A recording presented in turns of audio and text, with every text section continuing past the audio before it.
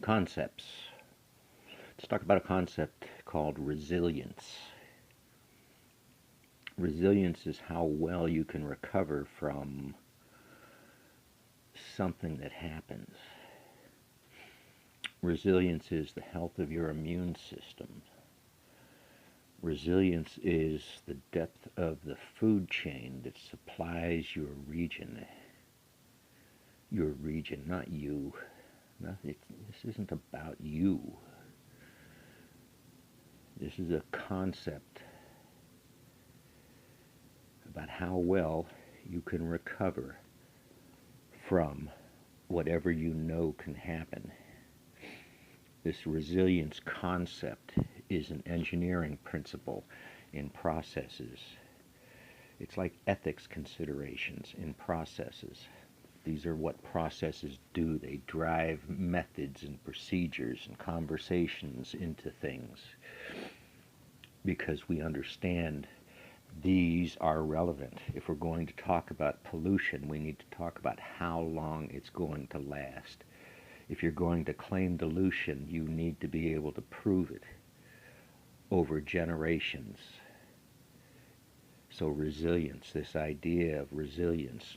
If one nuclear waste site has a major criticality, and we have already seen this at a Texas nuclear waste disposal facility, a long-term disposal facility, this has already occurred.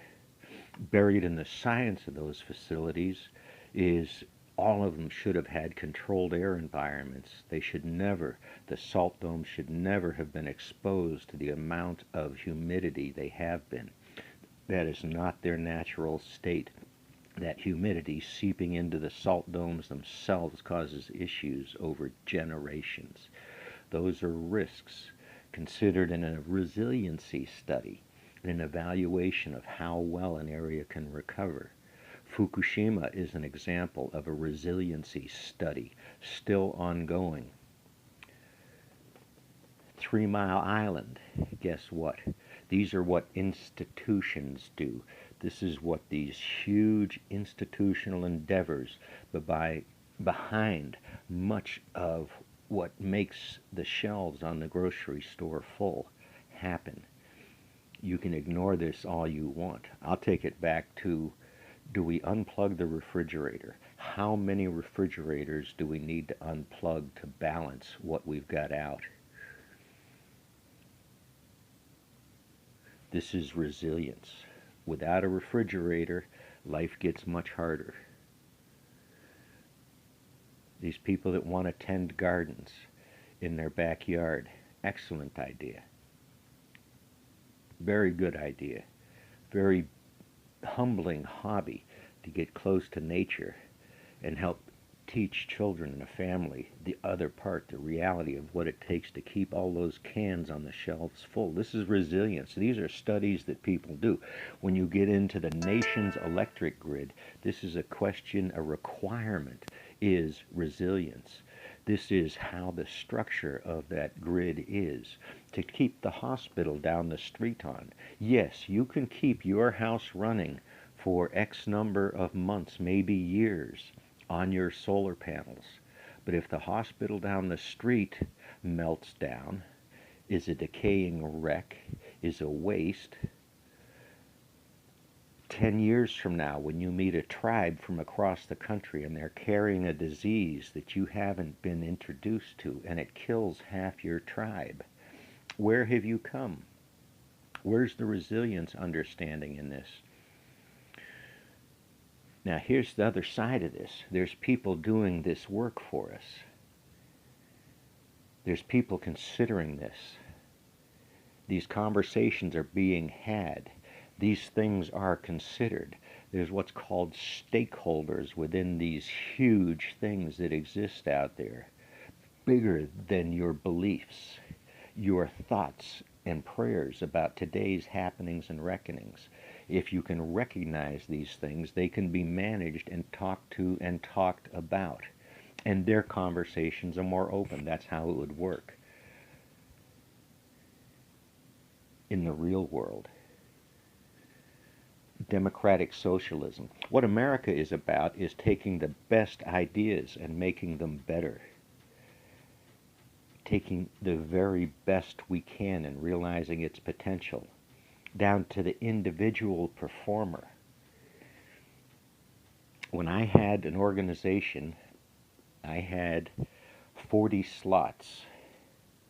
Depending on where I was with those slots, I needed what are called FTEs. In one case, I needed 4 millwrights. I needed 8 electricians. I needed 2 machinists. I needed 8 panel checkers. I had 3 shifts, 24 hours a day operations to run and keeping those staffing. I needed to keep the individuals engaged in keeping the business running and engaged with each other, because you have to work with each other. There isn't a choice. Your faith in your work cell better have safe work practices. It better work with the teammates around you.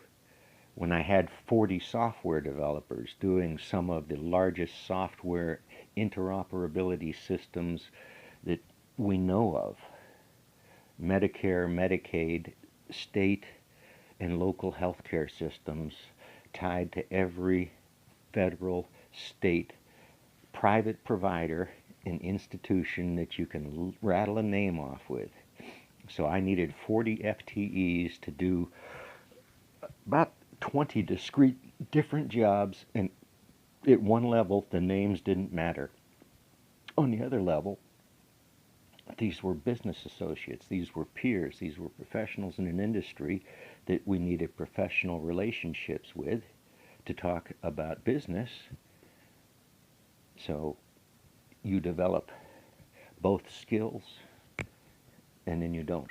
So resilience, this thing is huge. You can't put your little backyard garden into its own ecosphere. Do you have the seeds to sustain the food supply? Your garden fails for one season, 2 seasons in a row. Do you have the right seeds? Did you pay attention to what failed? These are institutional learning things that we have and do, and hopefully we'll do more of. Peace is out. Enjoy yours.